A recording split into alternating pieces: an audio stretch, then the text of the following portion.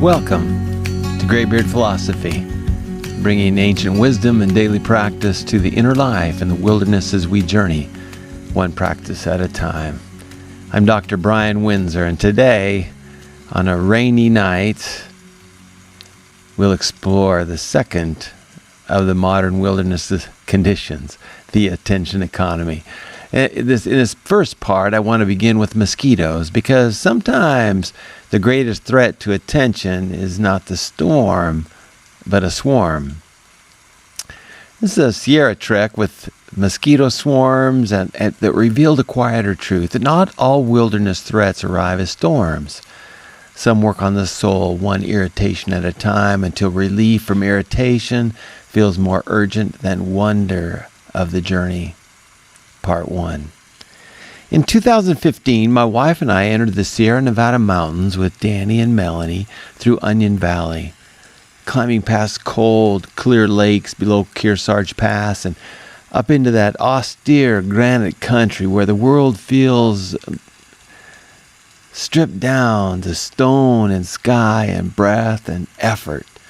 The trail led us past water so still it seemed to hold the whole sky inside it, then upward through switchbacks towards Kearsarge Pass, where the air thinned and the land opened into that severe western country, falling away toward Bullfrog Lake and the John Muir Trail. The Sierra has its own kind of honesty. It offers grandeur without comfort.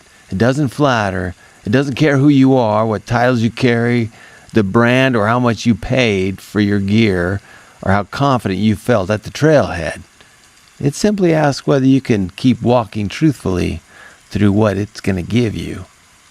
And somewhere along that stretch, the mosquitoes became biblical. They rose in clouds and followed us with relentless devotion. They hovered around our heads, pressed at our ears, and found the places where our shirts touched skin and drilled through. Every pause seemed like a kind of siege. The granite remained beautiful. The lakes were still beautiful. The sweep of the Sierra still carried that splendor that makes a person feel both small and strangely alive. But the mosquitoes worked on the mind with patient persistence. They narrowed our attention. They thinned conversation. They shortened patience. And they made relief feel more urgent than wonder. That's one of the quieter truths of wilderness. It's not always the dramatic hardship that tests a person most deeply. Sometimes it's the steady abrasion of small miseries. Sometimes what works on the inner life is not the storm, but the swarm.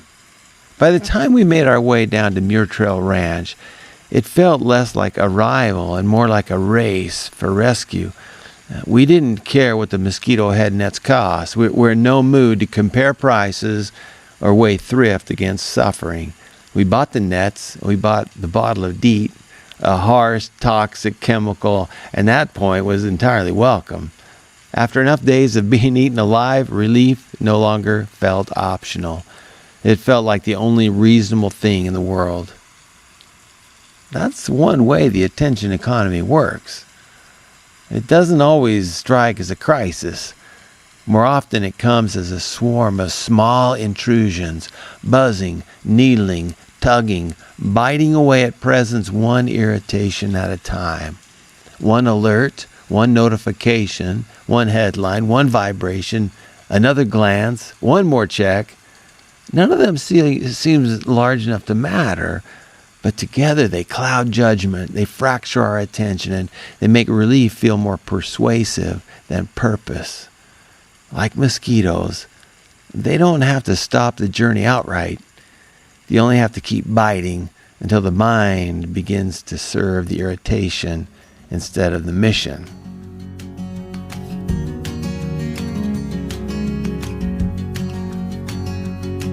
The attention economy is not a new wilderness condition, and that's important to understand if we want to see clearly.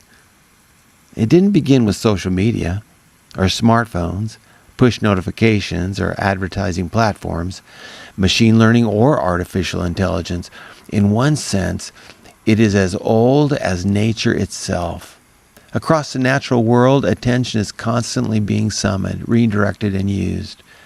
A bright flower catches the eye of the honeybee and lures it toward nectar, attaching pollen to the bee that will be carried to the next blossom. Brightly colored birds attract a mate. The anglerfish dangles its lure in darkness. Nature has a long work through signal, attraction, and response. You see, attention, that's not the problem. Attention's part of survival.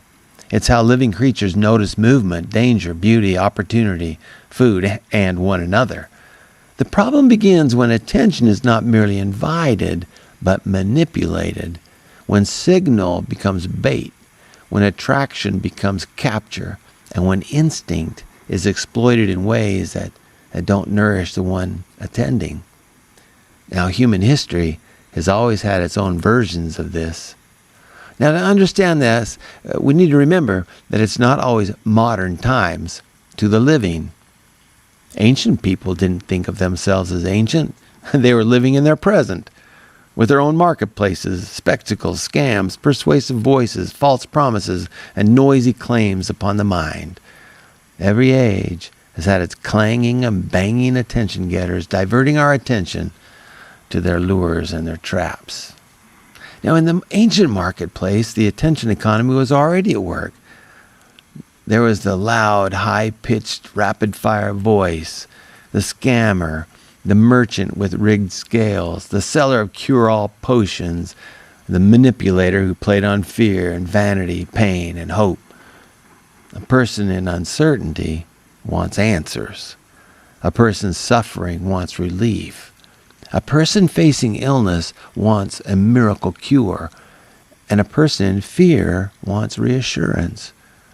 The lure doesn't have to be true. It only has to arrive when the human soul is vulnerable enough to want it. And that's what the mosquitoes do. They distract us from what is important and make us more vulnerable.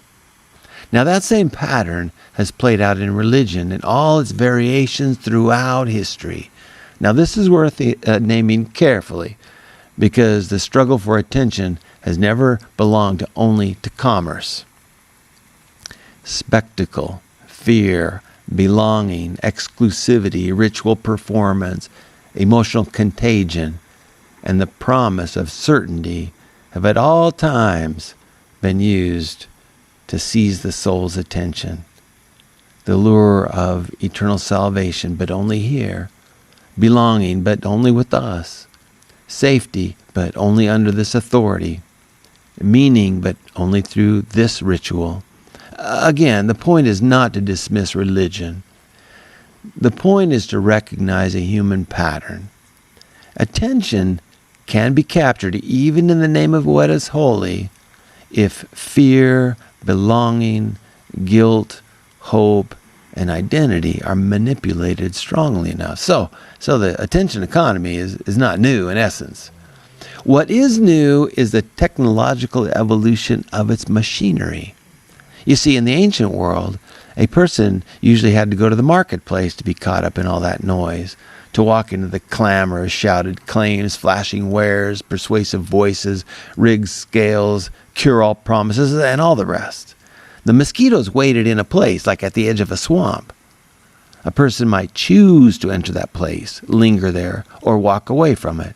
But the modern attention economy no longer waits in the marketplace.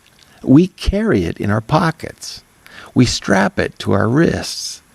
Some now even place it before their eyes in the form of glasses that keep the marketplace mosquitoes humming at the edge of vision. The old marketplace occupied a location. The new one rides with us, sleeps with us, interrupts our prayers, follows us onto the trail, waits beside the bedside before the first breath of morning, and if you can admit it, it joins us on the toilet. The mosquitoes are no longer merely visited. They are an omnipresent swarm. The modern system studies what startles you, what flatters you, what comforts you, what enrages you, and what keeps you watching, even for seconds, what makes you return, What turns your insecurity into habit energy of checking? What turns your loneliness into dependency? What turns your outrage into engagement? It learns your cravings in real time and then feeds them back to you in forms tailored to your own fears, your appetites, your desires, your aversions and jealousy, your despair and anger and vanity and hunger for belonging. The mosquitoes are more sophisticated now, but they stir the same human tendencies.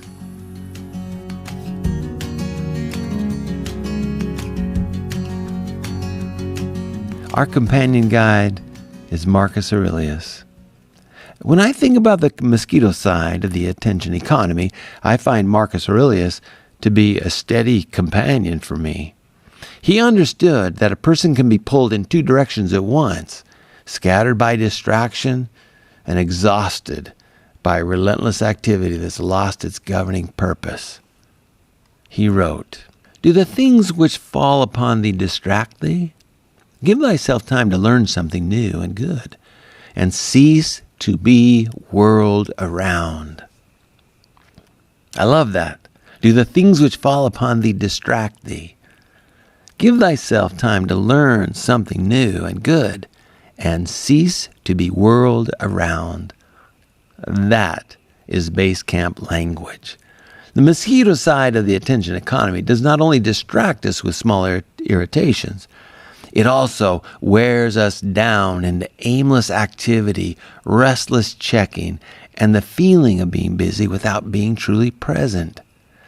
Marcus reminds us that the answer is not simply to do less, but to stop being whirled around and to recover an inner governing object, a steadier center from which thought and action can once again be directed.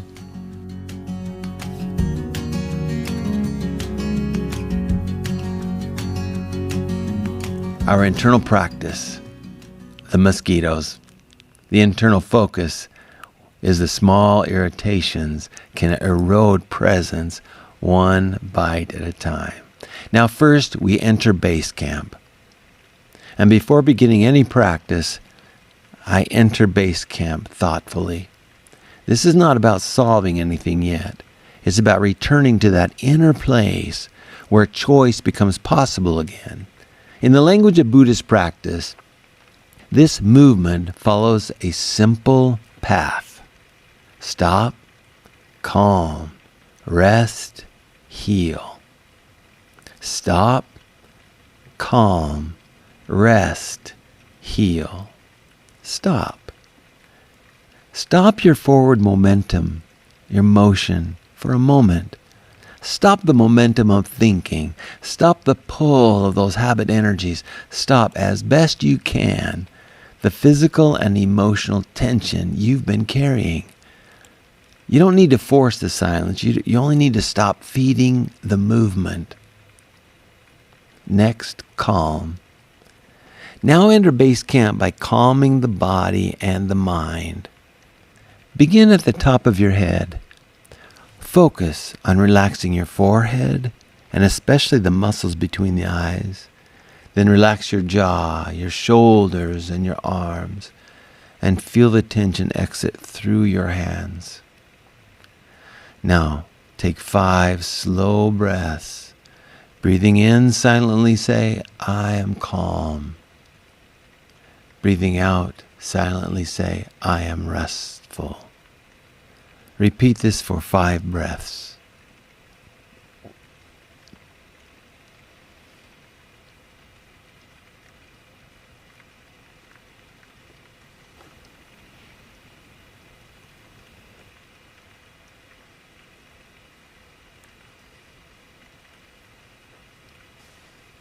Next, we will rest. Having stopped, calmed your mind and your body and your spirit, allow yourself to rest in base camp for a moment. There's no need to rush ahead. Don't strain to accomplish anything. Let the breath be natural. Let the body soften.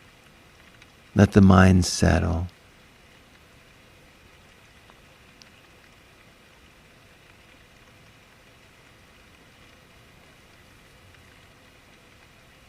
As we rest, we can heal.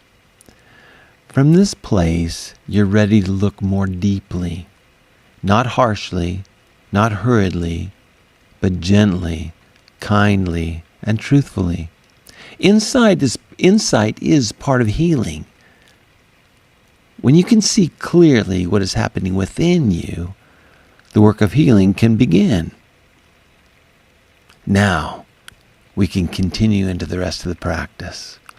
Step 1. You might want to read or listen again and reflect with one question. What has been biting at my attention lately? Not the dramatic storm, not the major crises. The small things, the repeated things, the nagging things, the mosquito things, the ones that do not seem important enough to matter until they do. Step 2, reflection. What small irritation has been working on me repeatedly? What happens in me after enough little bites accumulate?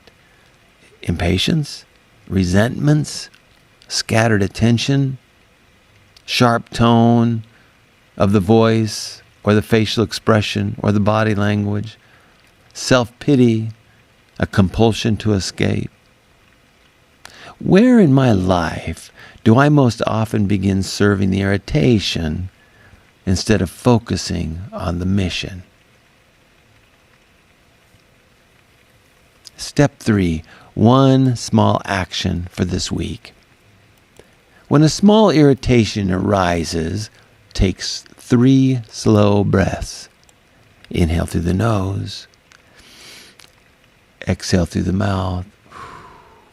3 times before reacting. And then name the irritation quietly. This is a mosquito whose name is, and give it a name.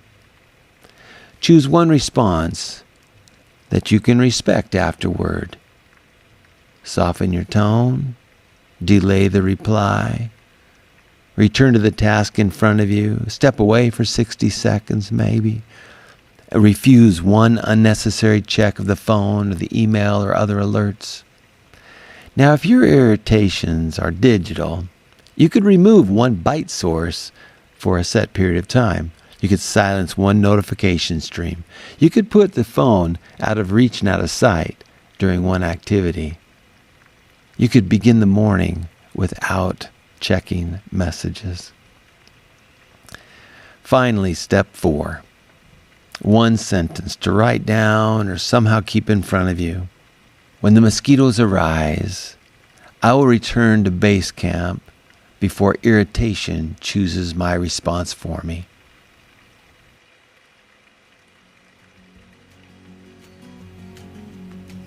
Okay, for our next essay.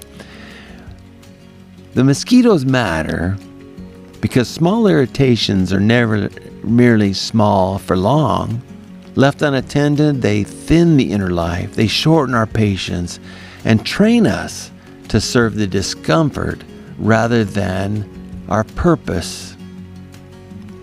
But if we learn to notice the bite and return to base camp, we begin to recover something very precious. It's the ability to remain present without being ruled by irritation.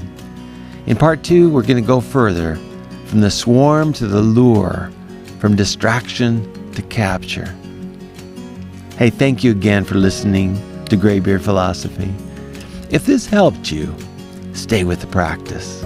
Small and faithful is enough. You can find the written version of this podcast at graybeardphilosophy.com.